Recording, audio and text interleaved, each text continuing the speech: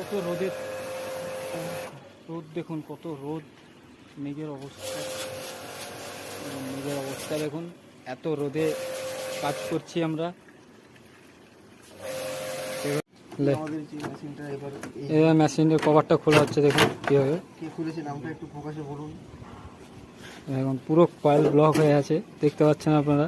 দেখুন পুরো, দেখুন ব্লক হয়ে আছে। এটা পুরো খুলে মেশিনে ওয়াশ হবে। এটা মোটর কানেকশন খোলা হচ্ছে। খুলছে না কেন?